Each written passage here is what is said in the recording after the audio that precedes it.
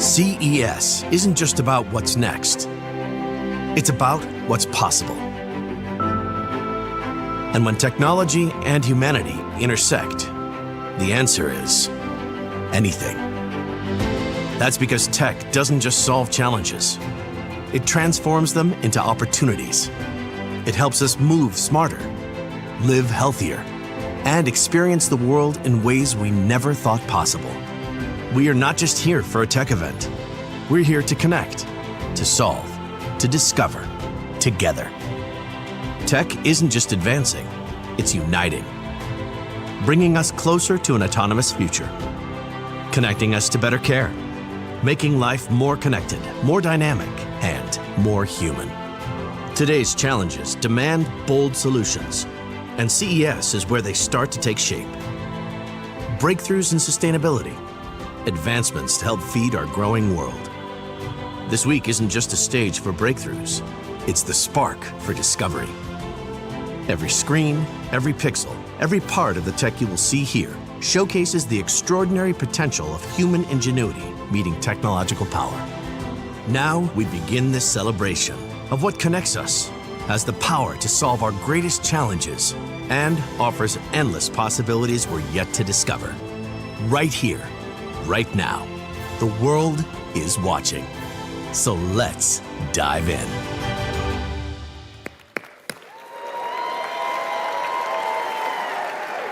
Ladies and gentlemen, welcome to CES 2025.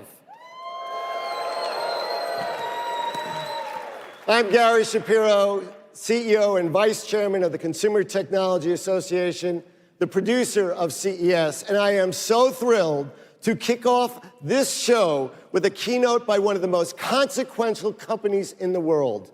Nvidia exemplifies the cutting-edge innovation we celebrate at CES. And founder and CEO Jensen Huang is a true visionary, demonstrating the power of ideas, technology, and conviction to drive innovation and reshape our industry and our society. I always like to say that if I'd listened a little bit more closely the last time Jensen spoke at a CTA event, I could have retired already. But over the past 3 decades, he has established Nvidia as a force driving change across the globe in industries ranging from healthcare to automotive and entertainment. Today, Nvidia is pioneering breakthroughs in AI and accelerated computing that touch nearly every person and every business. Thanks to his leadership, Nvidia's innovations enable advanced chatbots, robots, software-defined vehicles, huge virtual worlds, hyper-synchronized factory floors, and so much more.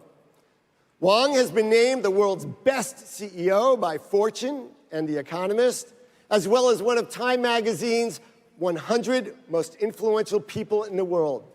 But you know, the fact is, like for all of us in this room, our success and his success was not preordained. Jensen started out working at a Denny's as a dishwasher and a busboy, so be nice to them in the future. And he said that the lessons he's learned there, the value of hard work, humility, and hospitality, are what helped him keep the faith and persevere through some of NVIDIA's early challenges.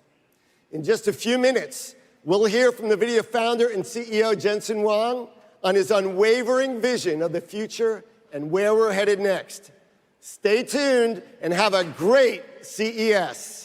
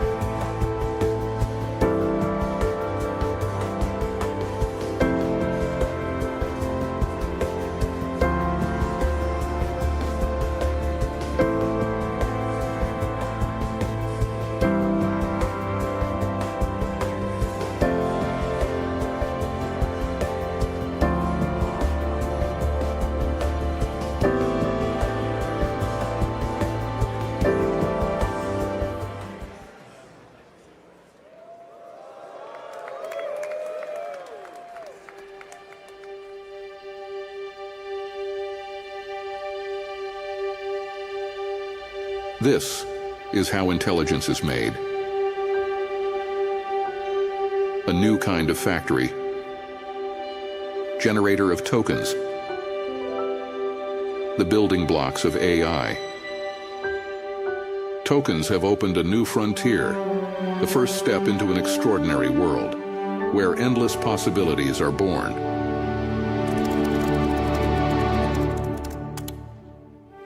Tokens transform words into knowledge and breathe life into images. They turn ideas into videos and help us safely navigate any environment. Tokens teach robots to move like the masters.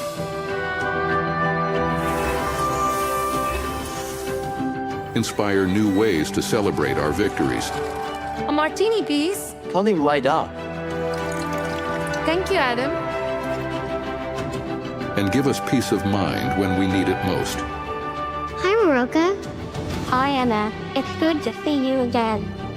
Hi, Emma. We're gonna take your blood sample today, okay? Don't worry, I'm gonna be here the whole time. They bring meaning to numbers to help us better understand the world around us.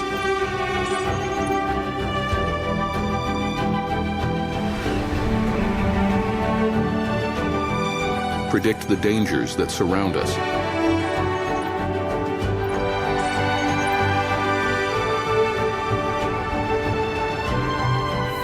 And find cures for the threats within us.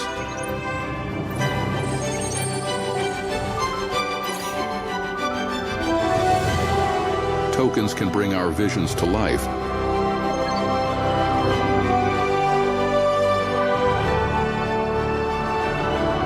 and restore what we've lost. Zachary, I got my voice back, buddy. They help us move forward, one small step at a time.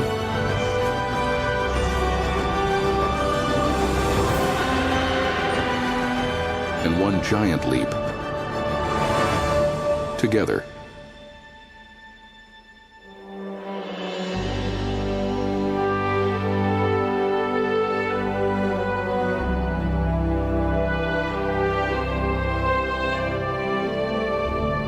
And here is where it all begins.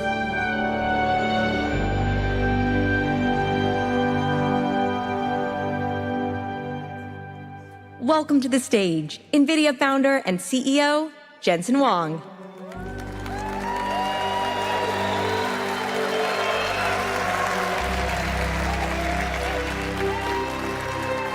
Welcome to CES! Are you excited to be in Las Vegas? Do you like my jacket? I thought I'd go the other way from Gary Shapiro. I'm in Las Vegas after all. If this doesn't work out, if all of you object, well, just get used to it. I really think you have to let this sink in. In another hour or so, you're going to feel good about it. Well, welcome to NVIDIA. In fact, you're inside NVIDIA's digital twin. And we're going to take you to NVIDIA. Ladies and gentlemen, welcome to NVIDIA. You're inside our digital twin. Everything here is generated by AI. It has been an extraordinary journey, extraordinary year, and it started in 1993. Ready, go! With NV1, we wanted to build computers that can do things that normal computers couldn't. And NV1 made it possible to have a game console in your PC. Our programming architecture was called UDA, missing the letter C until a little while later, but UDA, Unified Device Architecture. And the first developer for UDA And the first application that ever worked on UDA was Sega's Virtual Fighter. 6 years later, we invented, in 1999, the programmable GPU. And it started 20 plus years of incredible advance in this incredible processor called the GPU. It made modern computer graphics possible. And now, 30 years later, Sega's Virtual Fighter is completely cinematic.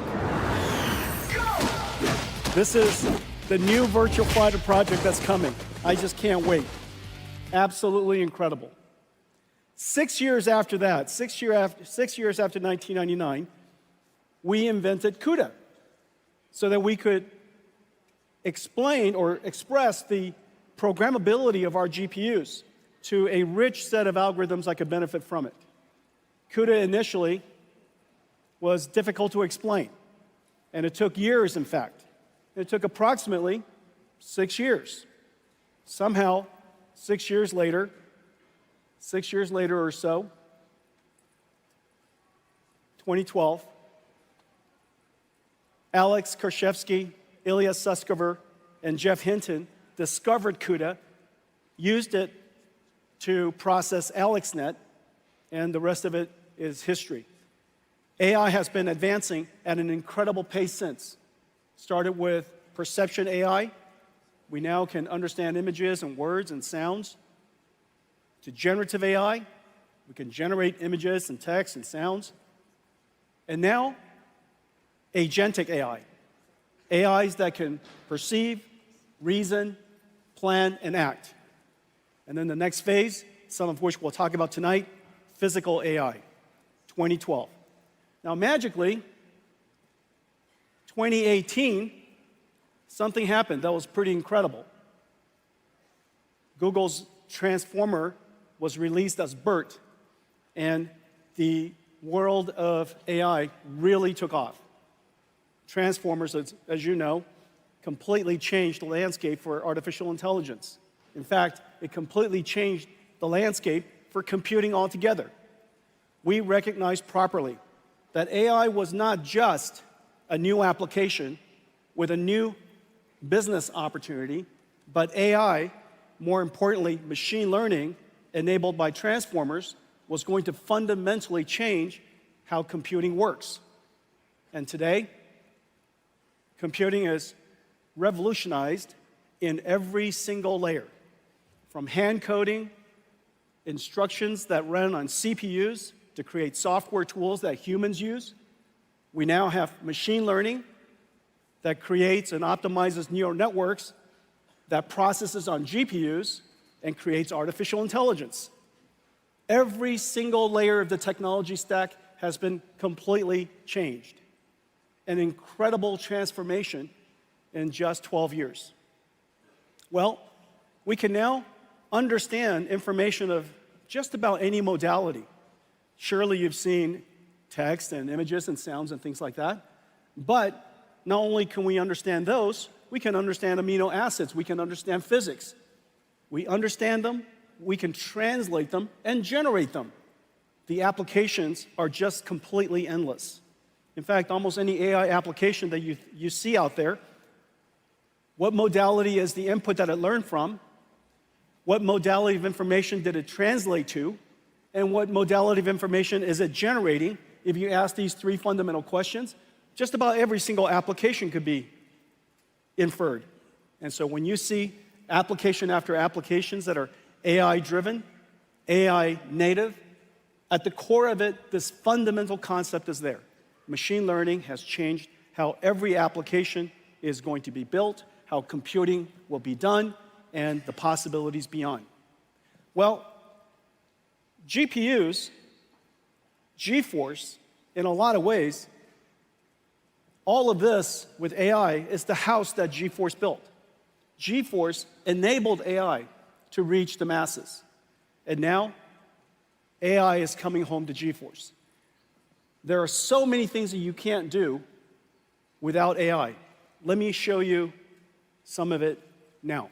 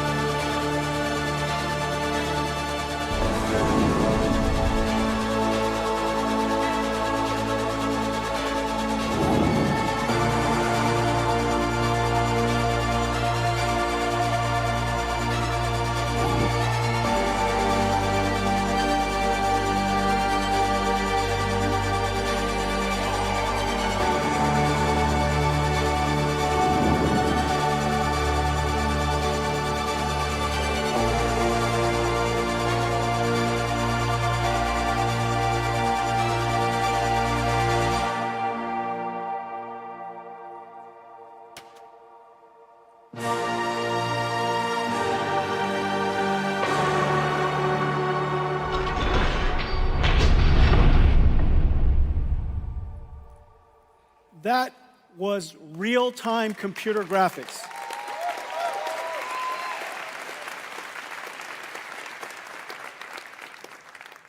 No computer graphics researcher, no computer scientist would have told you that it is possible for us to ray trace every single pixel at this point.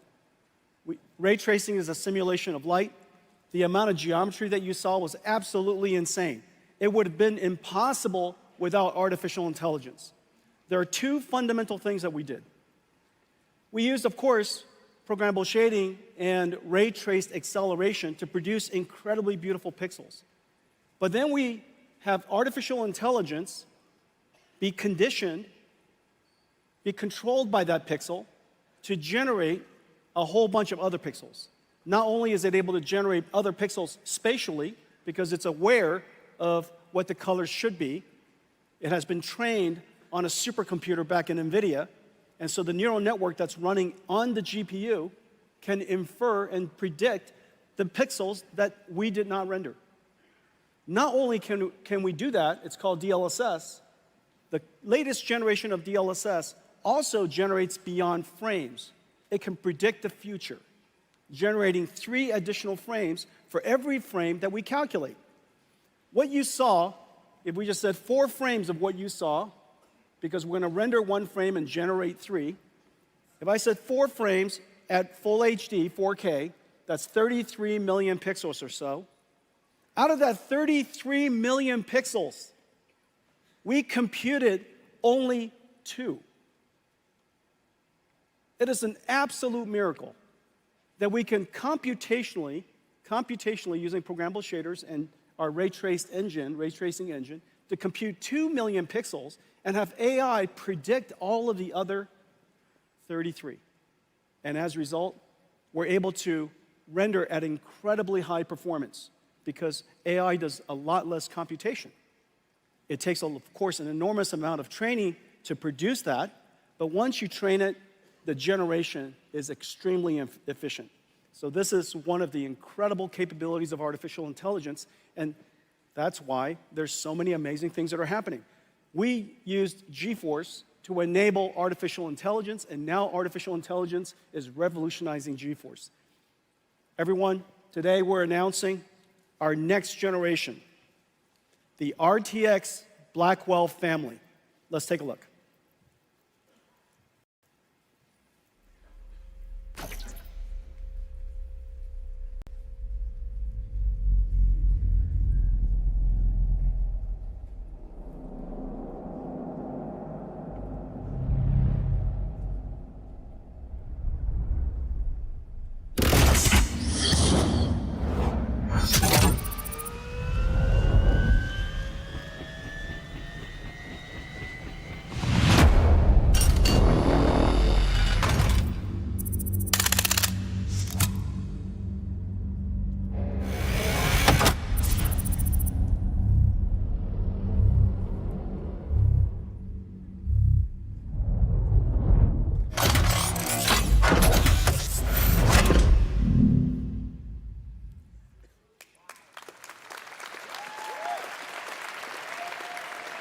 Here it is, our brand new GeForce RTX 50 series Blackwell architecture. The GPU is just a beast. 92 billion transistors, 4,000 TOPS, 4 petaflops of AI, 3 times higher than the last generation Ada. And we need all of it to generate those pixels that I showed you. 380 ray tracing teraflops so that we could, for the pixels that we have to compute the most beautiful image you possibly can.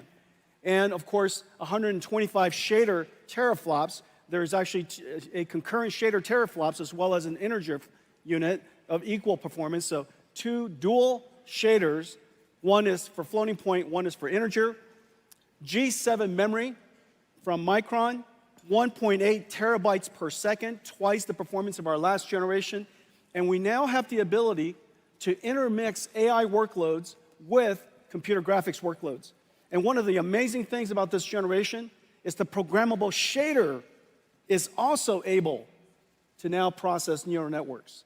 So the shader is able to carry these neural networks, and as a result, we invented neural texture compression and neural material shading. As a result of that, you get these amazingly beautiful images that are only possible because we use AIs to learn the texture, learn the compression algorithm, and as a result, get extraordinary results. Okay, so this is the brand new RTX Blackwell 5090. Now, even the mechanical design is a miracle. Look at this, it's got 2 fans. This whole graphics card is just one giant fan. You know, so the question is, where's the graphics card? It's literally this big. The voltage regulator design is state-of-the-art, incredible design. The engineering team did a great job. So here it is. Thank you.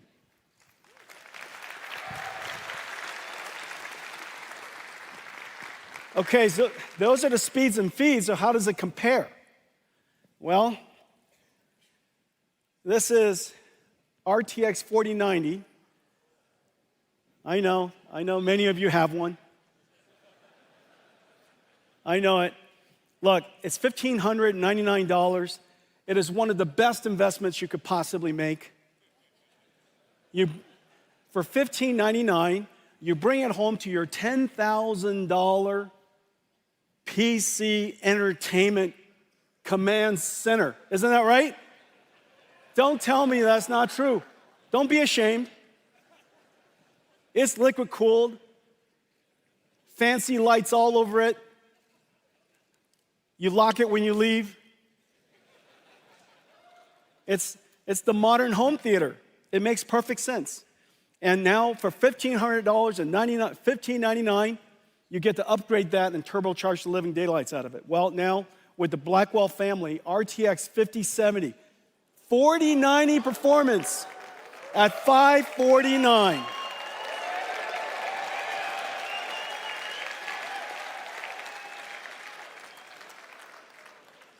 Impossible without artificial intelligence. Impossible without the 4 teraops of AI tensor cores. Impossible without the G7 memories. Okay, so 5070, 4090 performance, $549, and here's the whole family. Starting from 5070 all the way up to 5090. 5090, twice the performance of a 4090. Starting, of course, we're producing at very large scale availability starting January. Well, it is incredible, but we managed to put these in gigantic performance GPUs into a laptop. This is a 5070 laptop. For $1,299, this 5070 laptop has a 4090 performance. I think there's one here somewhere. Let me show you this. This is look at this thing. Here. There's only so many pockets. Ladies and gentlemen, Janine Paul. So can you imagine? You get this incredible graphics card here, Blackwell. We're going to shrink it and put it in there. Does that make any sense? Well, you can't do that without artificial intelligence. And the reason for that is because we're generating most of the pixels using our tensor cores. So we ray trace only the pixels we need, and we generate, using artificial intelligence, all of the other pixels we have. As a result, the energy efficiency is just off the charts. The future of computer graphics is neural rendering, the fusion of artificial intelligence and computer graphics. And what's really amazing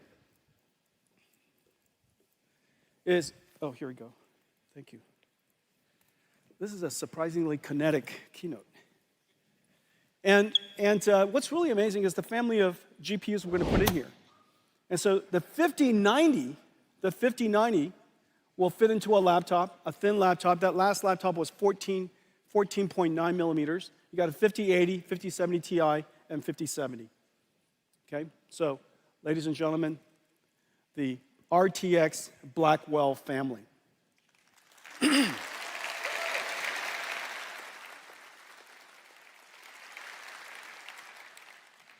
Well, GeForce brought AI to the world, democratized AI. Now AI has come back and revolutionized GeForce. Let's talk about artificial intelligence. Let's go to somewhere else at NVIDIA.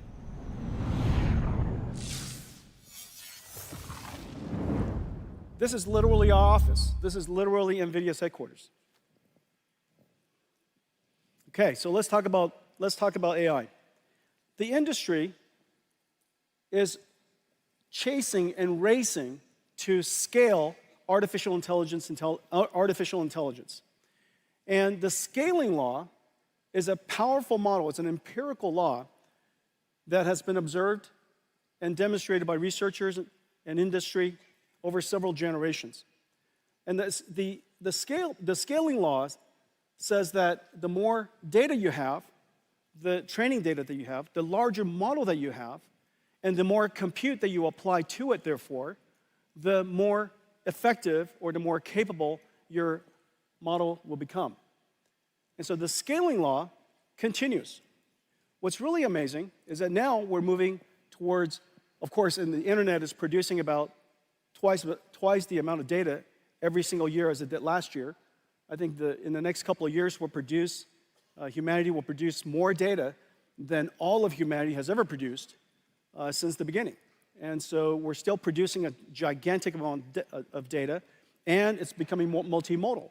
Video and images and sound, all of that data could be used to train the fundamental knowledge, the foundational knowledge of an AI. But there are, in fact, two other scaling laws that has now emerged. And it's somewhat intuitive. The second scaling law is post-training scaling law.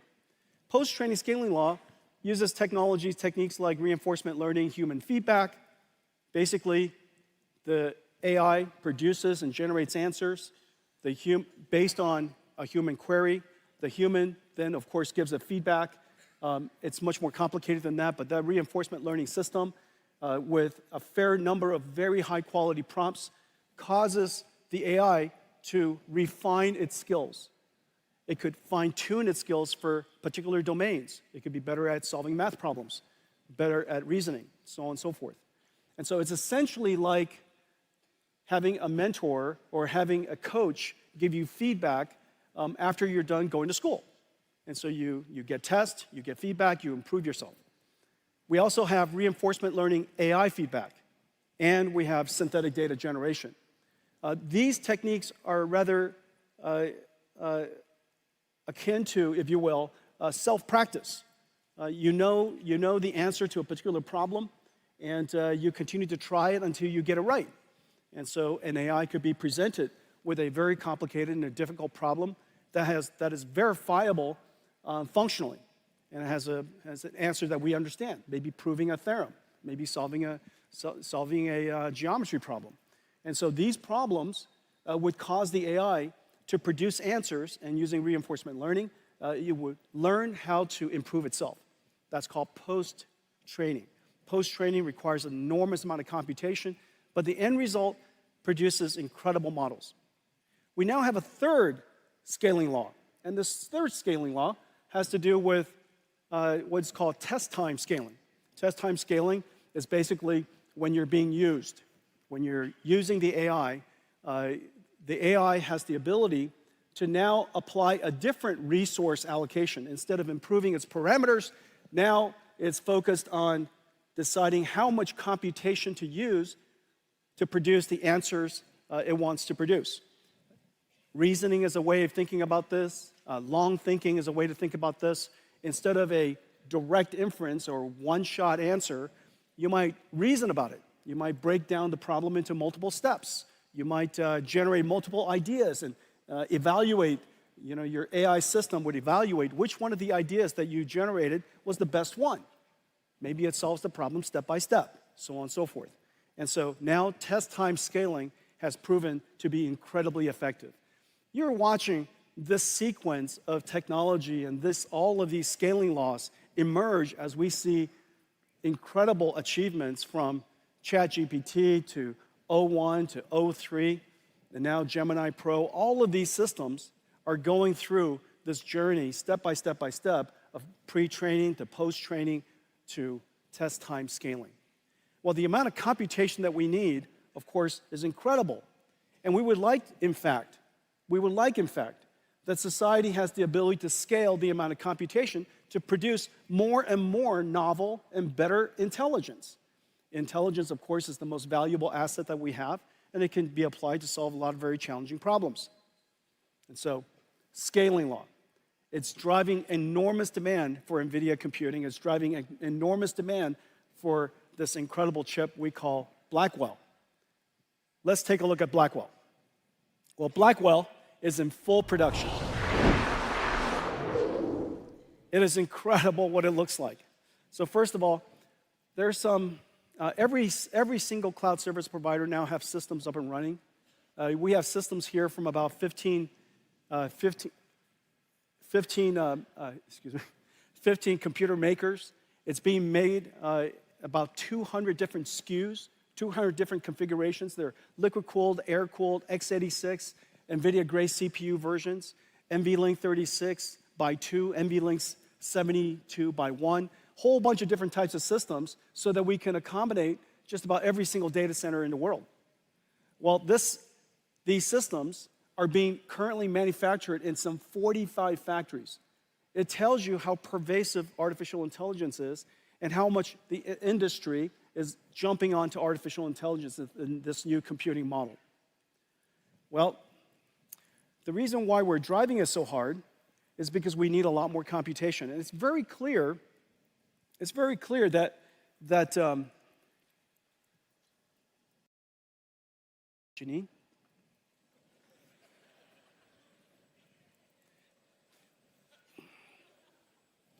You know, it's hard to tell. You don't ever want to reach your hands into a dark place. Hang on a second, is this a good idea? All right.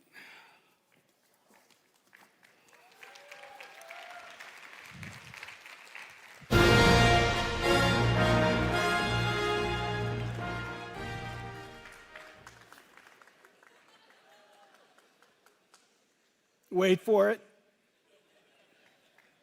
Wait for it. I thought I was worthy.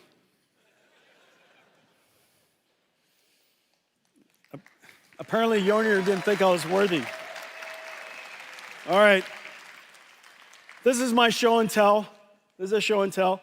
So, this NVLink system, this right here, this NVLink system, this is GB200 NVLink 72. It is 1.5 tons, 600,000 parts, approximately equal to 20 cars, 120 kilowatts. It has a spine behind it that connects all of these GPU together, 2 miles of copper cable, 5,000 cables. This is being manufactured in 45 factories around the world. We build them, we liquid cool them, we test them, we disassemble them, ship them in parts to the data centers because it's 1.5 tons. We reassemble it outside the data centers and install them. The manufacturing is insane. But the goal of all of this is because the scaling laws are driving computing so hard that this level of computation, Blackwell over our last generation, improves the performance per watt by a factor of 4. Performance per watt by a factor of 4, performance per dollar by a factor of 3. That basically says that in one generation, we reduce the cost of training these models by a factor of 3. Or if you want to increase the size of your model by a factor of 3, it's about the same cost. But the important thing is this. These are generating tokens that are being used by all of us when we use ChatGPT or when we use Gemini, use our phones in the future. Just about all of these applications are going to be consuming these AI tokens. And these AI tokens are being generated by these systems. And every single data center is limited by power. And so if the perf per watt of Blackwell is 4 times our last generation, then the revenue that could be generated, the amount of business that can be generated in the data center is increased by a factor of 4. And so these AI factory systems really are factories today. Now, the goal of all of this is so that we can create one giant chip. The amount of computation we need is really quite incredible. And this is basically one giant chip. If we would have had to build a chip, here we go. Sorry, guys. You see that? That's cool. Look at that, disco lights in here. All right. If we had to build this as one chip, obviously this would be the size of the wafer, but this doesn't include the impact of yield. It would have to be probably 3 or 4 times this size. But what we basically have here is 72 Blackwell GPUs, or 144 dies. This one chip here is 1.4 exaflops. The world's largest supercomputer, fastest supercomputer, only recently, this entire room's supercomputer only recently achieved an exaflop plus. This is 1.4 exaflops of AI floating point performance. It has 14 terabytes of memory, but here's the amazing thing. The memory bandwidth is 1.2 petabytes per second. That's basically the entire internet traffic that's happening right now. The entire world's internet traffic is being processed across these chips, okay? And we have 130 trillion transistors in total, 2,592 CPU cores, whole bunch of networking. And so these, I wish I could do this. I don't think I will. So these are the Blackwells. These are our ConnectX networking chips. These are the NVLink, and we're trying to pretend about the NVLink spine, but that's not possible, okay? And these are all of the HBM memories, 14 terabytes of HBM memory. This is what we're trying to do, and this is the miracle of the Blackwell system. The Blackwell dies right here. It is the largest single chip the world's ever made. But yet, the miracle is really, in addition to that, this is the Grace Blackwell system. Well, the goal of all of this, of course, is so that we can, thank you, thanks. Boy, is there a chair I could sit down for a second?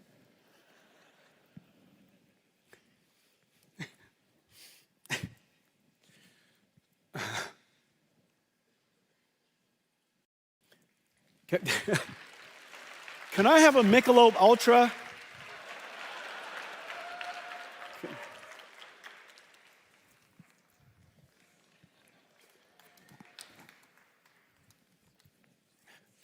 How is it possible that we're in the Michelob Ultra Stadium?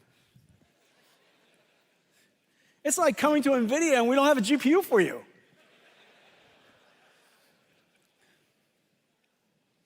So we need an enormous amount of computation because we want to train larger and larger models, and these inferences used to be one inference, but in the future, the AI is going to be talking to itself. It's going to be thinking.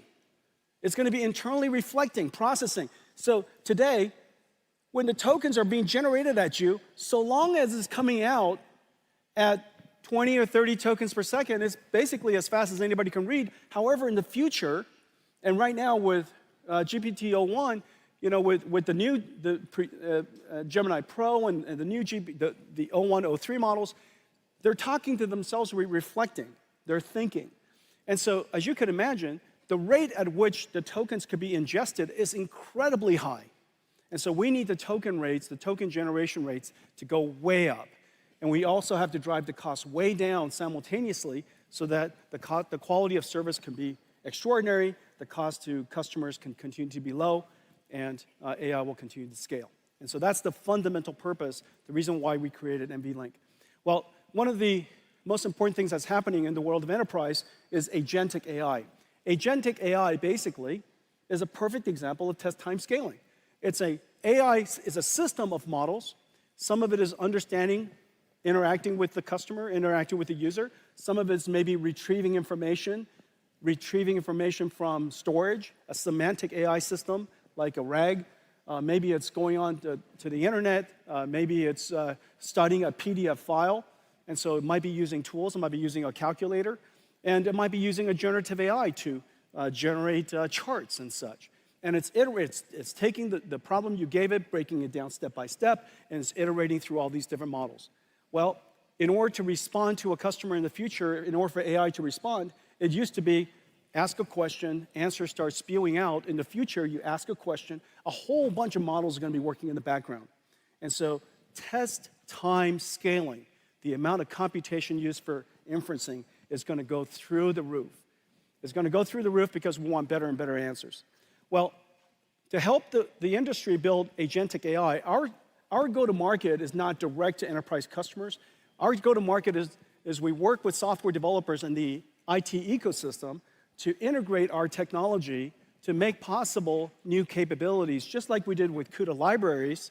We now want to do that with AI libraries. And just as the computing model of the past has APIs that are doing computer graphics or doing linear algebra or doing fluid dynamics, in the future, on top of those acceleration libraries, CUDA acceleration libraries, we'll have AI libraries. We've created 3 things for helping the ecosystem build agentic AI. NVIDIA NIMs, which are essentially AI microservices all packaged up. It takes all of this really complicated CUDA software, CUDA DNN, Cutlass, or TensorRT-LM, or Triton, or all of these different really complicated software, and the model itself, we package it up, we optimize it, we put it into a container, and you could take it wherever you like. And so we have models for vision, for understanding languages, for speech, for animation, for digital biology, and we have some new exciting models coming for physical AI. And these AI models run in every single cloud because NVIDIA's GPUs are now available in every single cloud. It's available in every single OEM. So you could literally take these models, integrate it into your software packages, create AI agents that run on Cadence, or they might be ServiceNow agents, or they might be SAP agents, and they could deploy it to their customers and run it wherever the customers want to run the software. The next layer is what we call NVIDIA NeMo. NeMo is essentially a digital employee onboarding and training evaluation system. In the future, these AI agents are essentially digital workforce that are working alongside your employees, doing things for you on your behalf. And so the way that you would bring these specialized agents these special agents into your company is to onboard them, just like you onboard an employee. And so we have different libraries that helps these AI agents be trained for the type of language in your company. Maybe the vocabulary is unique to your company, the business process is different, the way you work is different. So you would give them examples of what the work product should look like, and they would try to generate it, and you would give a feedback, and then you would evaluate them, so on and so forth. And so that, and you would guardrail them. You say, these are the things that you're not allowed to do. These are the things you're not allowed to say. And we even give them access to certain information. Okay, so that entire pipeline, digital employee pipeline, is called NeMo. In a lot of ways, the IT department of every company is going to be the HR department of AI agents in the future.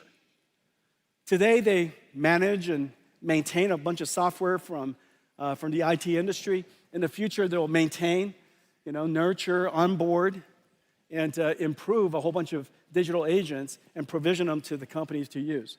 Okay, and so your IT department is going to become kind of like AI agent HR. And on top of that, we provide a whole bunch of blueprints that our ecosystem could take advantage of. All of this is completely open source, and so you could take it and modify the blueprints. We have blueprints for all kinds of different types of agents. Well, today we're also announcing that we're doing something that's really cool and I think really clever. We're announcing a whole family of models that are based off of Llama, the NVIDIA Llama Nemotron language foundation models.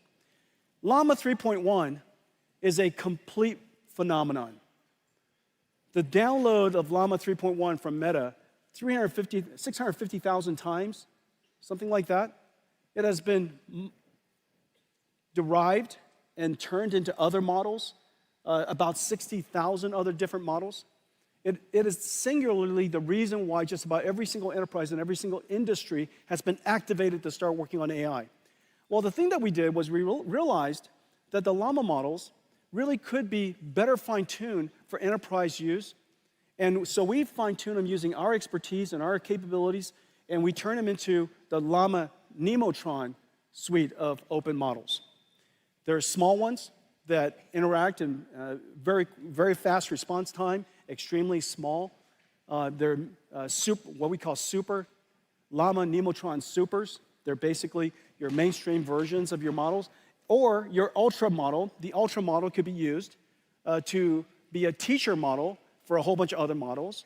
It could be a reward model, evaluator, a judge for other models to create answers and decide whether it's a good answer or not, basically give feedback to other models. It could be distilled in a lot of different ways. Basically, a teacher model, a knowledge distillation model. Very large, very capable. And so all of this is now available online. Well, these models are incredible. It's number one in leaderboards for chat, leaderboard for instruction, leaderboard for retrieval. So the different types of functionalities necessary that are used in AI agents around the world, these are going to be incredible models for you. We're also working with the ecosystem. All of our NVIDIA AI technologies are integrated into the IT industry. We have great partners and really great work being done at ServiceNow, at SAP, at Siemens for industrial AI.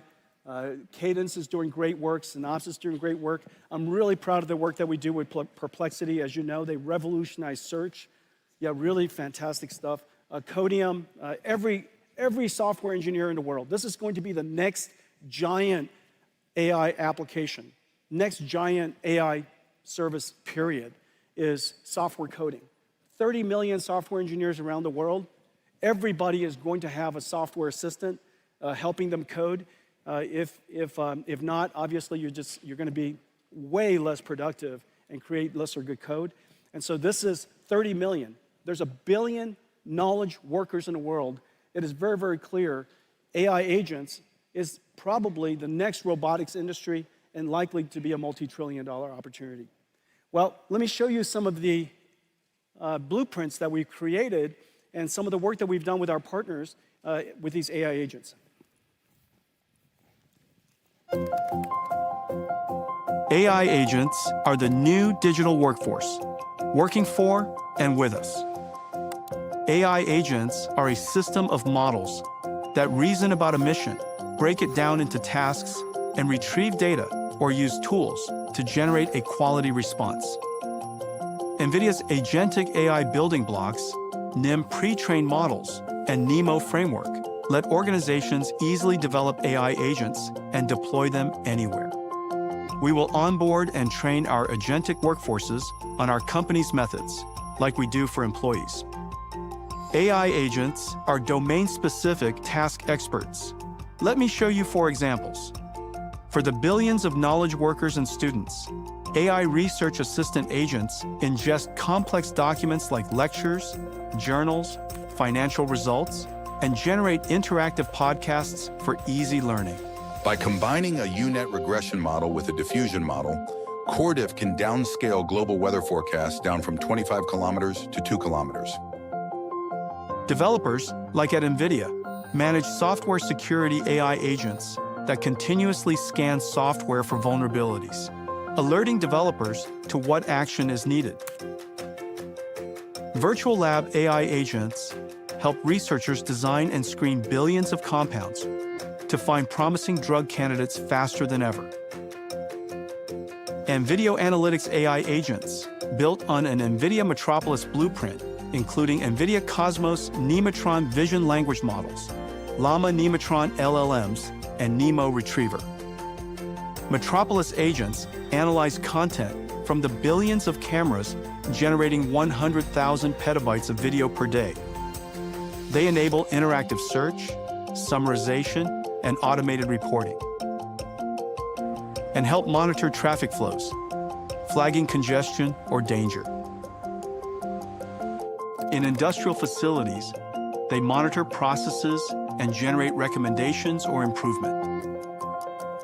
Metropolis agents centralize data from hundreds of cameras and can reroute workers or robots when incidents occur. The age of agentic AI is here for every organization. Okay. That was the first pitch at a baseball game. That was not generated. I just felt that none of you were impressed.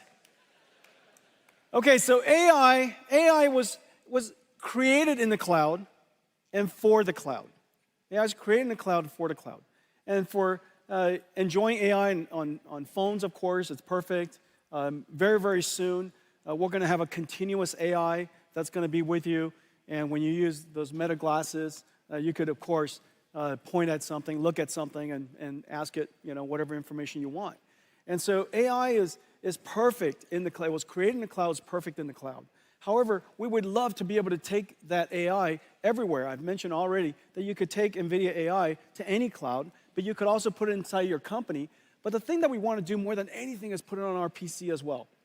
And so, as you know, Windows 95 revolutionized the computer industry. It made possible this new suite of multimedia services, and it changed the way that applications was created forever.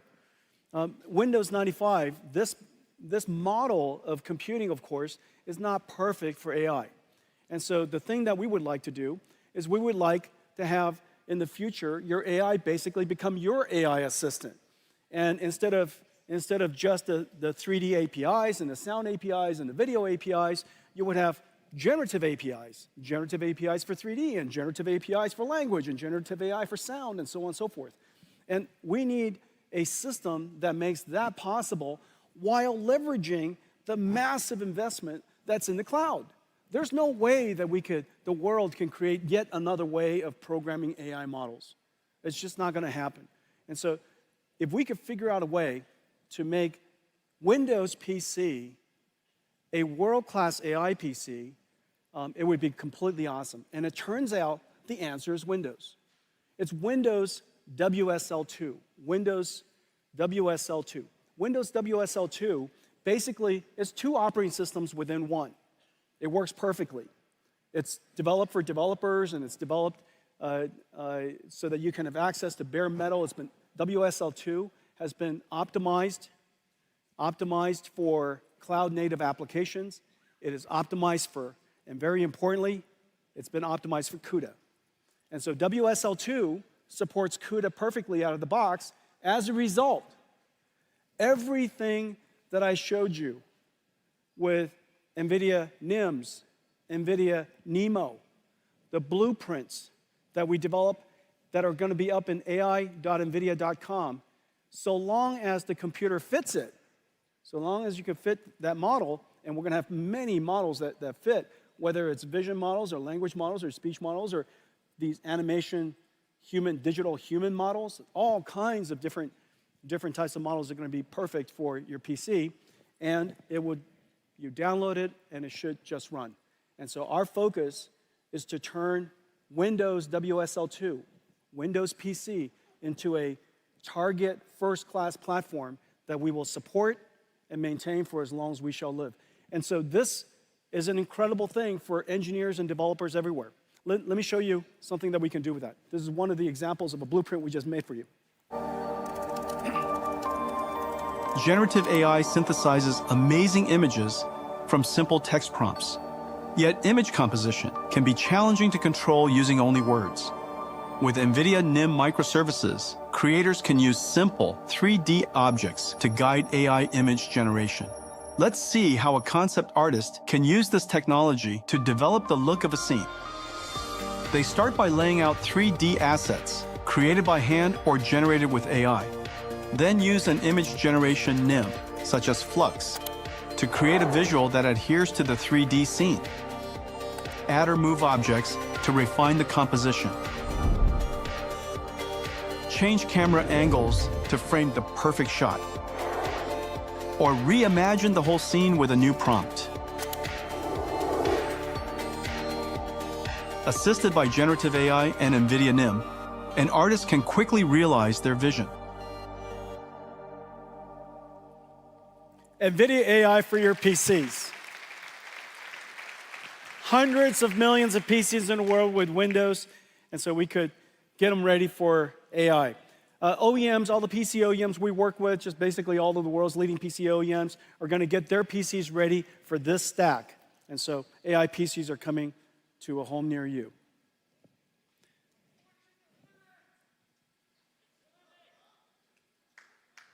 Linux is good.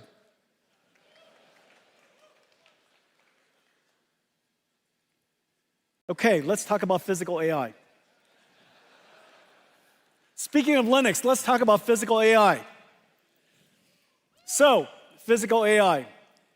Imagine, whereas your large language model, you give it your context, your prompt on the left, and it generates tokens one at a time to produce the output. That's basically how it works. The amazing thing is, this model in the middle is quite large, has billions of parameters.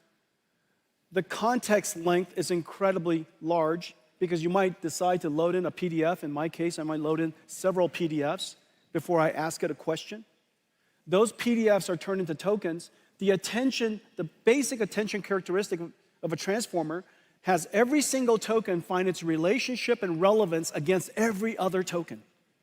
So you could have hundreds of thousands of tokens, and the computational load increases quadratically. And it does this, all of the parameters, all of the input sequence, process it through every single layer of the transformer, and it produces one token. That's the reason why we needed Blackwell. And then the next token is produced when the current token is done. It puts the current token into the input sequence and takes that whole thing and generates the next token. It does it one at a time.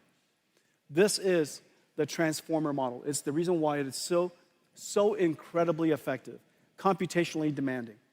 What if instead of PDFs, it's your surrounding? And what if instead of the prompt, a question, it's a request? Go over there and pick up that box and bring it back. And instead of what is produced in tokens as text, it produces action tokens.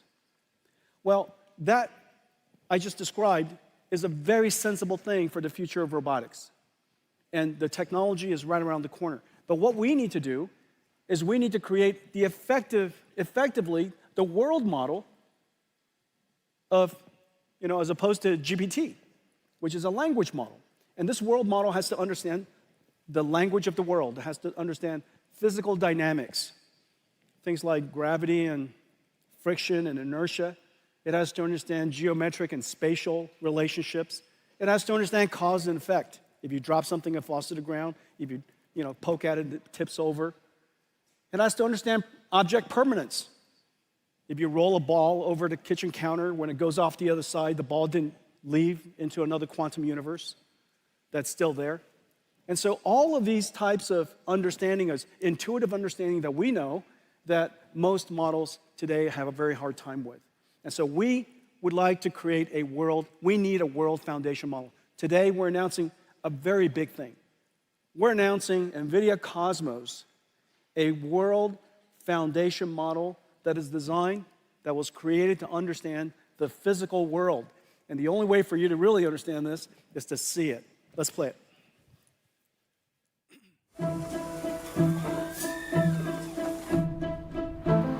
The next frontier of AI is physical AI. Model performance is directly related to data availability, but physical world data is costly to capture, curate, and label. Nvidia Cosmos is a world foundation model development platform to advance physical AI. It includes auto-regressive world foundation models, diffusion-based world foundation models, advanced tokenizers, and an Nvidia CUDA, an AI-accelerated data pipeline. Cosmos models ingest text, image, or video prompts and generate virtual world states as videos. Cosmos generations prioritize the unique requirements of AV and robotics use cases, like real-world environments, lighting, and object permanence. Developers use NVIDIA Omniverse to build physics-based, geospatially accurate scenarios. then output Omniverse renders into Cosmos, which generates photoreal, physically based synthetic data.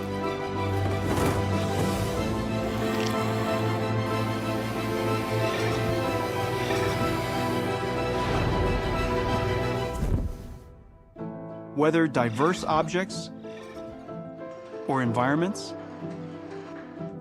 conditions like weather or time of day, or edge case scenarios. Developers use Cosmos to generate worlds for reinforcement learning AI feedback to improve policy models, or to test and validate model performance, even across multi-sensor views.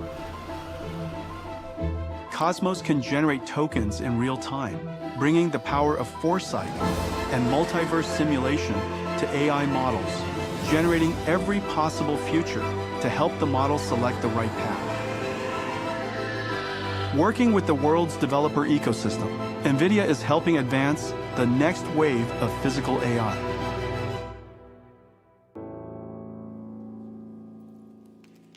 Nvidia Cosmos. Nvidia Cosmos. Nvidia Cosmos, the world's first world foundation model. It is trained on 20 million hours of video. The 20 million hours of video focuses on physical dynamic things. So dynamic nature themes, humans walking, hands moving, manipulating things, things that are fast camera movements. It's really about teaching the AI, not about generating creative content, but teaching the AI to understand the physical world.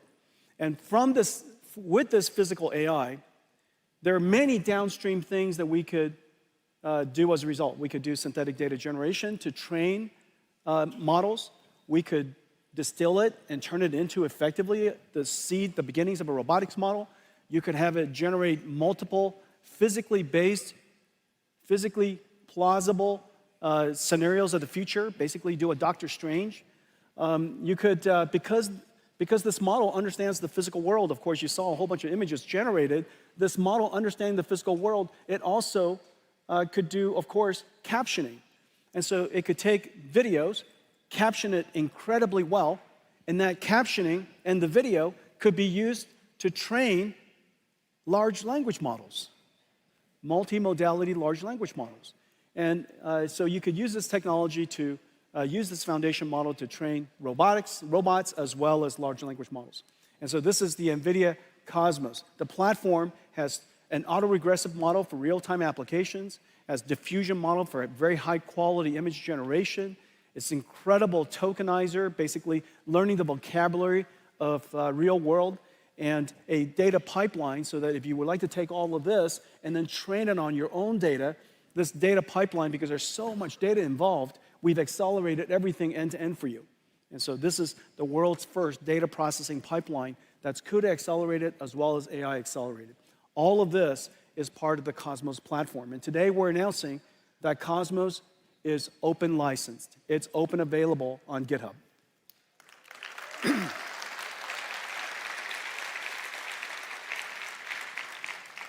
We hope that this moment, and there's a small, medium, large for very fast models, mainstream models, and also teacher models, basically not knowledge transfer models.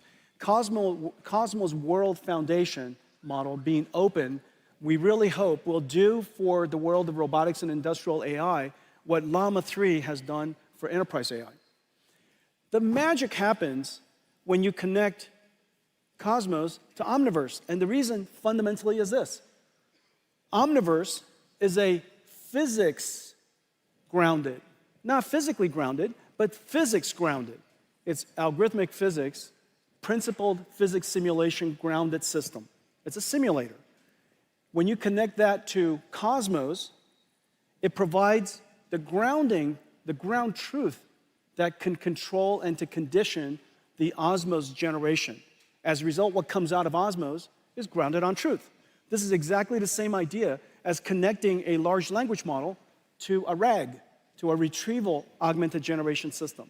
You want to ground the AI generation on ground truth. And so the combination of the two gives you a physically simulated, a physically grounded multiverse generator. And the application, the use cases are really quite exciting. And of course, for robotics, for industrial applications, it is very, very clear. This Cosmos plus Omniverse plus Cosmos represents the third computer that's necessary for building robotic systems. Every robotics company will ultimately have to build 3 computers. The robotic system could be a factory, the robotic system could be a car, it could be a robot. You need 3 fundamental computers. One computer, of course, to train the AI. We call it the DGX computer to train the AI. Another, of course, when you're done, to deploy the AI. We call that AGX. That's inside the car, in the robot, or in an AMR, or at the in a stadium, or whatever it is. These computers are at the edge and they're autonomous. But to connect the two, you need a digital twin. And this is all the simulations that you were seeing. The digital twin is where the AI that has been trained goes to practice, to be refined, to do its synthetic data generation, reinforcement learning, AI feedback, such and such. And so it's the digital twin of the AI. These 3 computers are going to be working interactively. NVIDIA's strategy for the industrial world, and we've been talking about this for some time, is this 3-computer system. Instead of a three-body problem, we have a 3-computer solution. And so it's the NVIDIA robotics.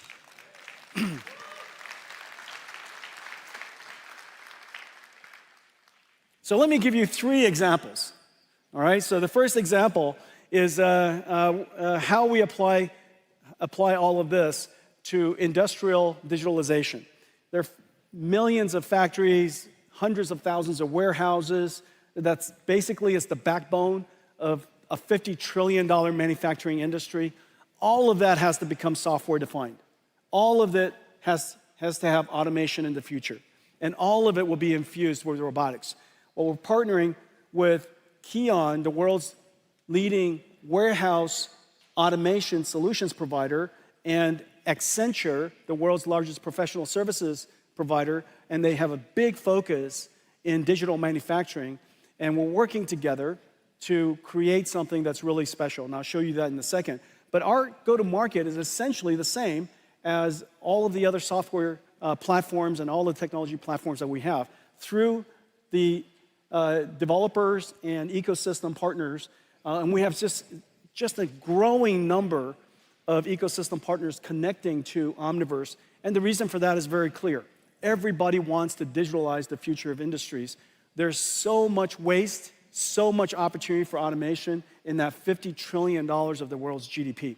So let's take a look at that. This one example that we're doing with Kion and Accenture.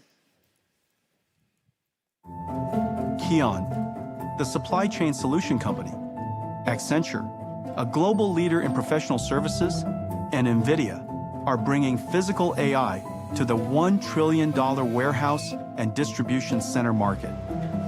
Managing high-performance warehouse logistics involves navigating a complex web of decisions influenced by constantly shifting variables. These include daily and seasonal demand changes, space constraints, workforce availability, and the integration of diverse robotic and automated systems. And predicting operational KPIs of a physical warehouse is nearly impossible today.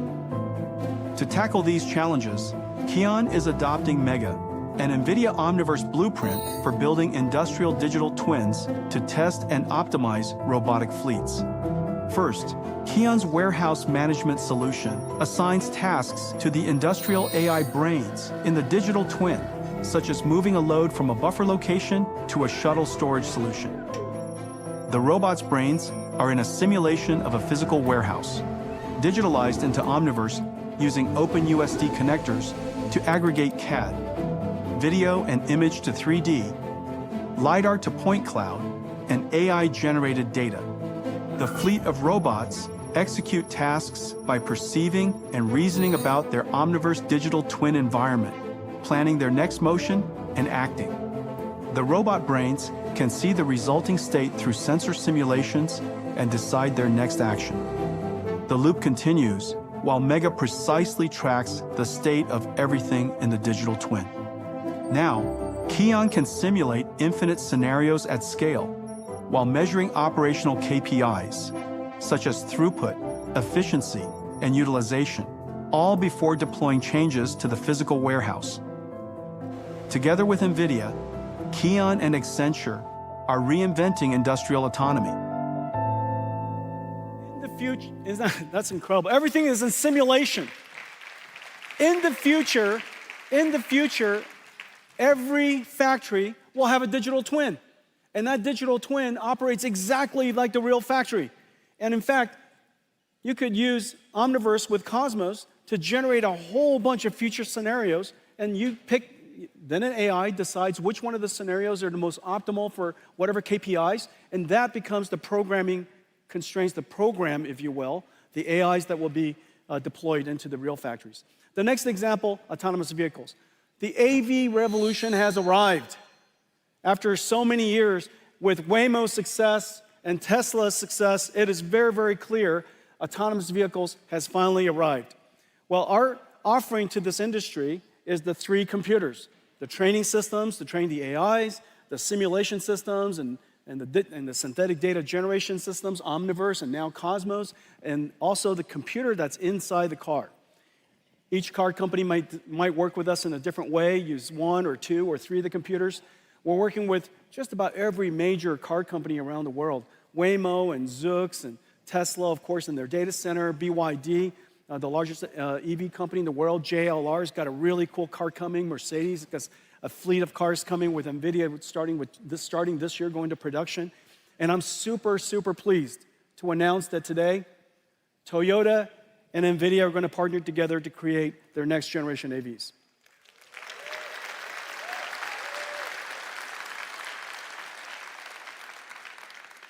Just so many cool companies, Lucid and Rivian and Xiaomi, and of course, Volvo, just so many different companies. Wabi is building self-driving trucks. Aurora, we announced this week also that Aurora is going to use NVIDIA to build self-driving trucks. Autonomous, 100 million cars built each year, a billion vehicles on the road all over the world, 1 trillion miles that are driven around the world each year. That's all going to be either highly autonomous or, fully autonomous coming up.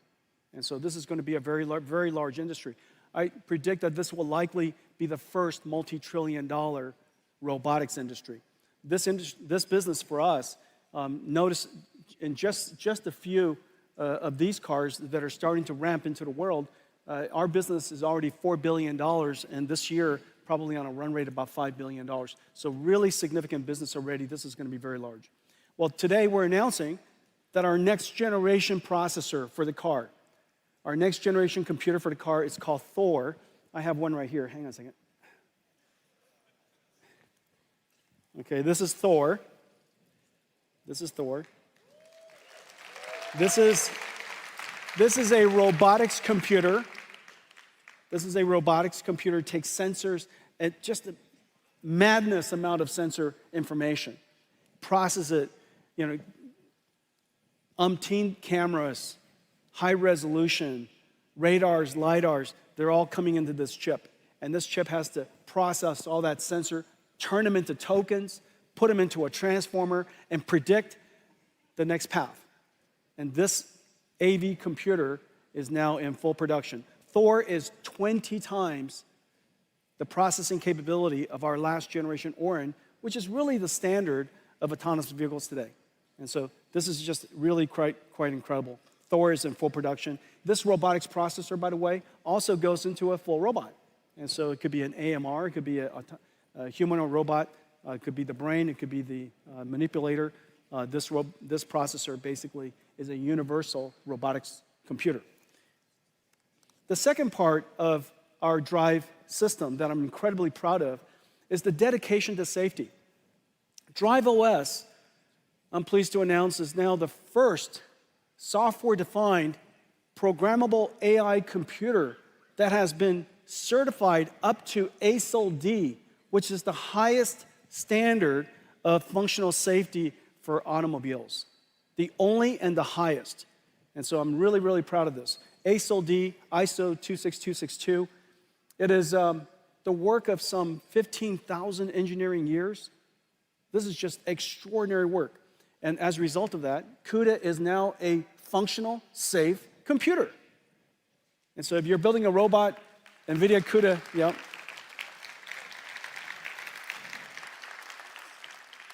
Okay, so now I told you I was going to show you what would we use Omniverse and Cosmos to do in the context of self-driving cars.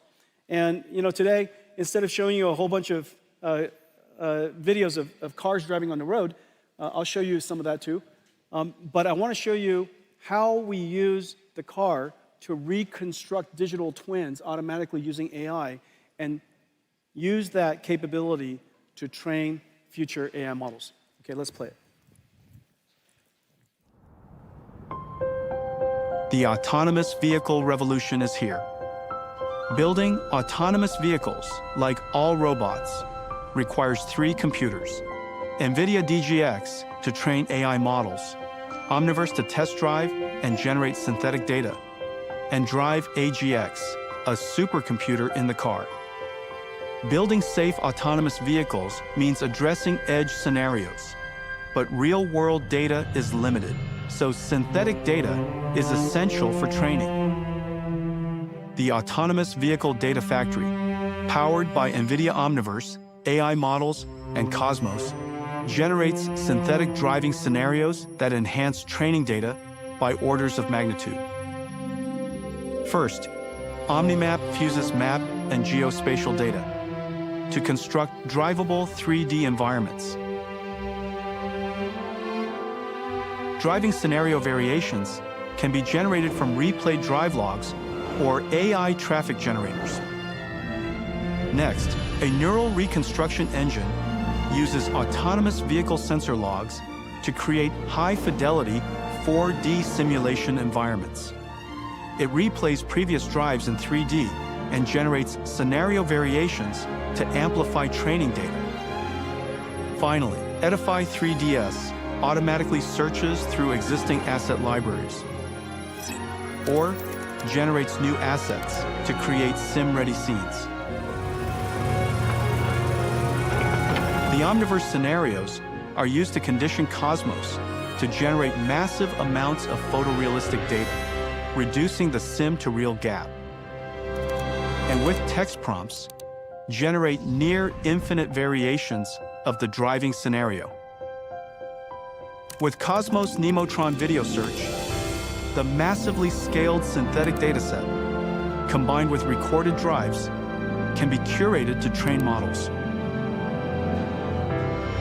NVIDIA's AI Data Factory scales hundreds of drives into billions of effective miles, setting the standard for safe and advanced autonomous driving. Isn't that incredible? We take thousands of drives and turn them into billions of miles. We are going to have mountains of training data for autonomous vehicles. Of course, we still need actual cars on the road.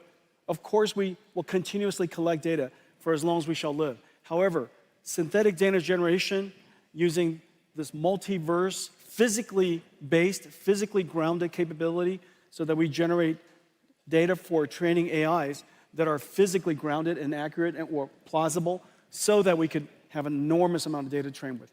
The AV industry is here. This is an incredibly exciting time, super excited about the next several years. I think you're going to see, just as computer graphics was revolutionized such incredible pace, you're going to see the pace of AV development increasing tremendously over the next several years.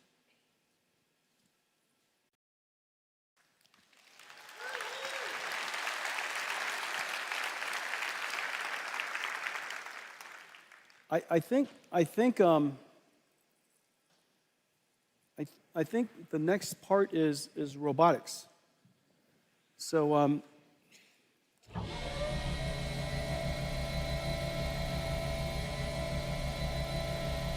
humanoid robots. my friends.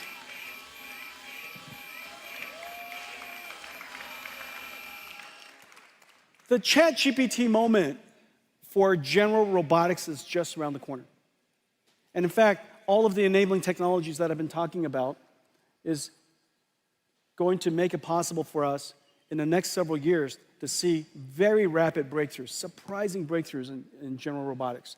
Now, the reason why general robotics is so important is whereas robots with tracks and wheels require special environments to accommodate them, there are three robots in the world that we can make that require no green fields.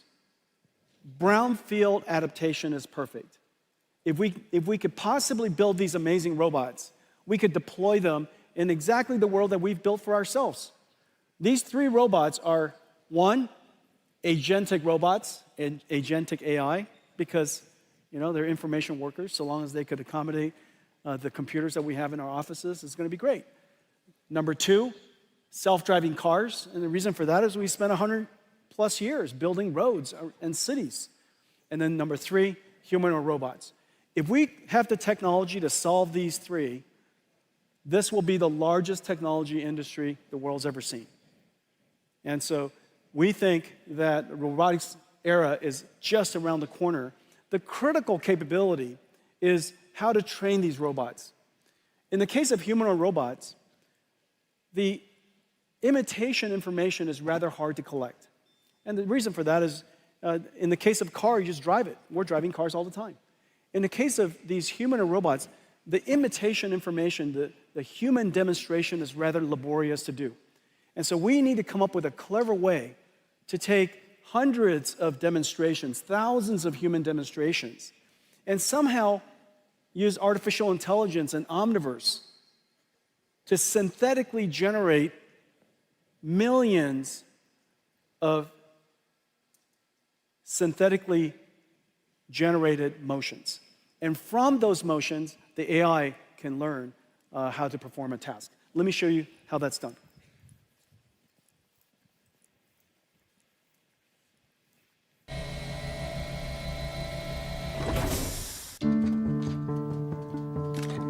Developers around the world are building the next wave of physical, AI-embodied robots, humanoids. Developing general-purpose robot models requires massive amounts of real-world data, which is costly to capture and curate.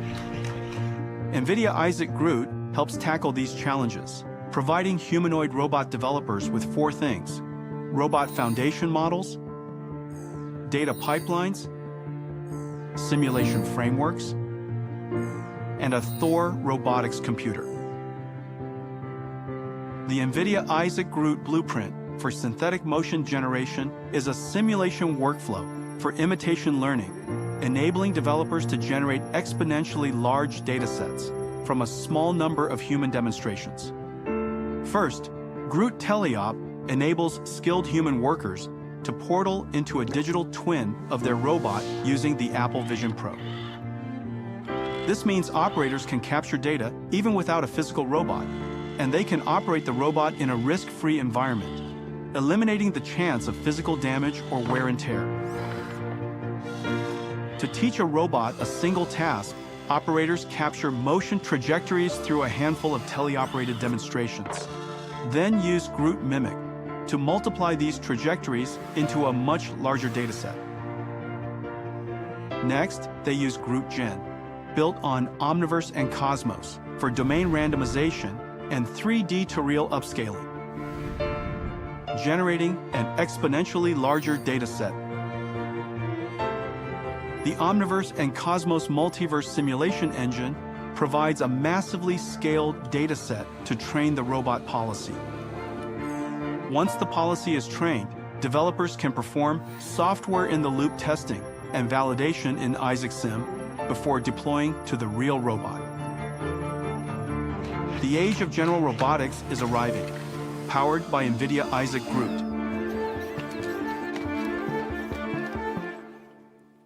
We're going to have mountains of data to train robots with. Nvidia Isaac GR00T. Nvidia Isaac GR00T.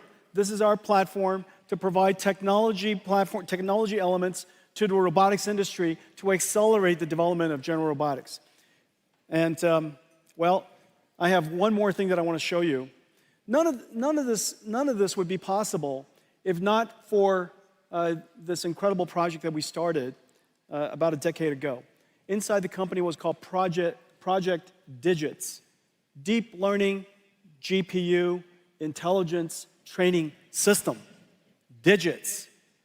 Well, before we launched it, I shrunk it to DGX and to harmonize it with RTX, AGX, OVX, and all of the other X's that we have in the company.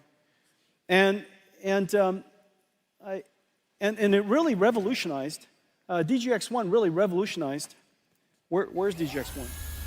DGX1 revolutionized artificial intelligence. The reason why we built it was because we wanted to make it possible for researchers and startups to have an out-of-the-box AI supercomputer. Imagine the way supercomputers were built in the past.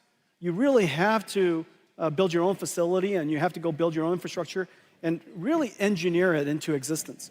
And so we created a supercomputer for AI development for researchers and startups that comes literally one out of the box. I delivered the first one to a startup company in 2016 called OpenAI, and Elon was there, and Ilya Sutskever was there, and many of NVIDIA engineers were there, and we celebrated the arrival of DGX1, and obviously it revolutionized artificial intelligence and computing. But now artificial intelligence is everywhere. It's not just in researchers and startup labs. You know, we want artificial intelligence, as I mentioned in the beginning of our talk.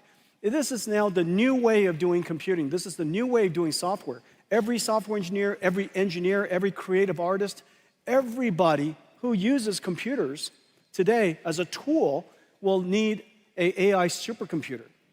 And so I just wish that DGX1 was smaller. And,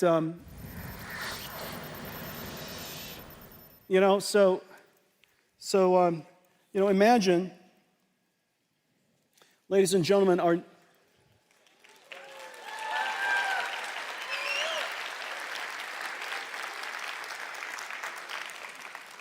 this is NVIDIA's latest AI supercomputer. And it's finally called Project Digits right now. And if you have a good name for it, reach out to us.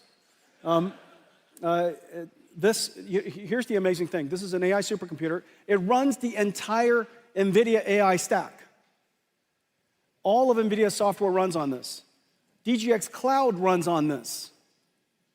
This sits, well, somewhere, and it's wireless or, you know, connected to your computer. It's even a workstation if you like it to be. And you could access it, you could reach it like a cloud supercomputer, and NVIDIA's AI works on it.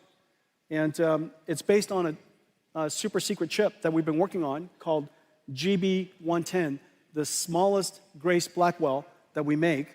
And I have, well, you know what? Let's show everybody inside.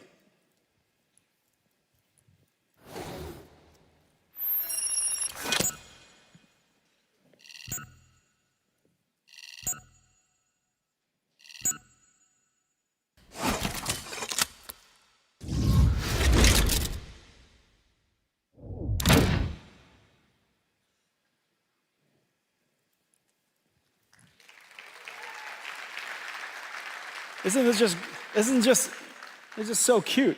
And this is the chip that's inside. It is in production. This top secret chip we did in collaboration. The CPU, the Grace CPU, is built for NVIDIA in collaboration with MediaTek.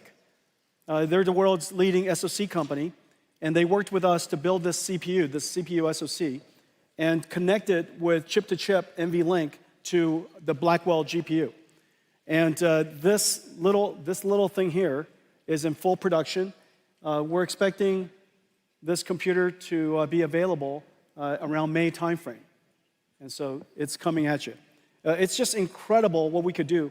And it's just, I think I was trying to figure out, do I need more hands or more pockets? All right, so imagine this is what it looks like. You know, who doesn't want one of those? And if you use PC, Mac, you know, anything, because you know, it's a cloud platform. It's a cloud computing platform that sits on your desk. You could also use it as a Linux workstation if you like. If you would like to have double digits, this is what it looks like. You know, and you connect it together with ConnectX, and it has nickel, GPU Direct, all of that out of the box. It's like a supercomputer. Our entire supercomputing stack is available. And so, NVIDIA Project Digits.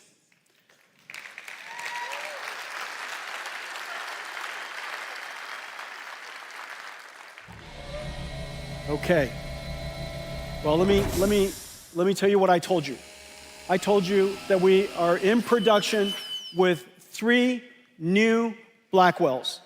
Not only is the Grace Blackwell supercomputers, NVLink 72s, in production all over the world, we now have 3 new Blackwell systems in production. One amazing AI foundational world foundation model, the world's first physical AI foundation model. It's open, available to activate the world's industries of robotics and such, and 3 robotics. 3 robots. We're working on Agentic AI, humanoid robots, and self-driving cars. It's been an incredible year. I want to thank all of you for your partnership. Thank all of you for coming. I made you a short video to reflect on last year and look forward to the next year. Play, please.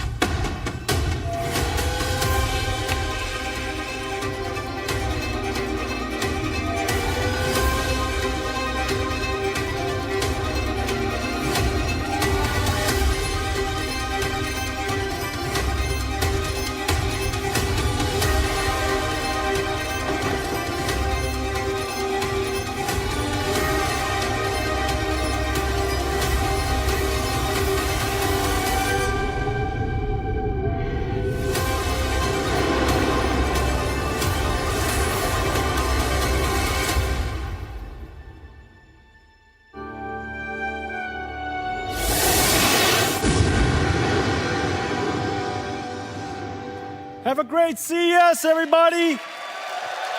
Happy New Year. Thank you.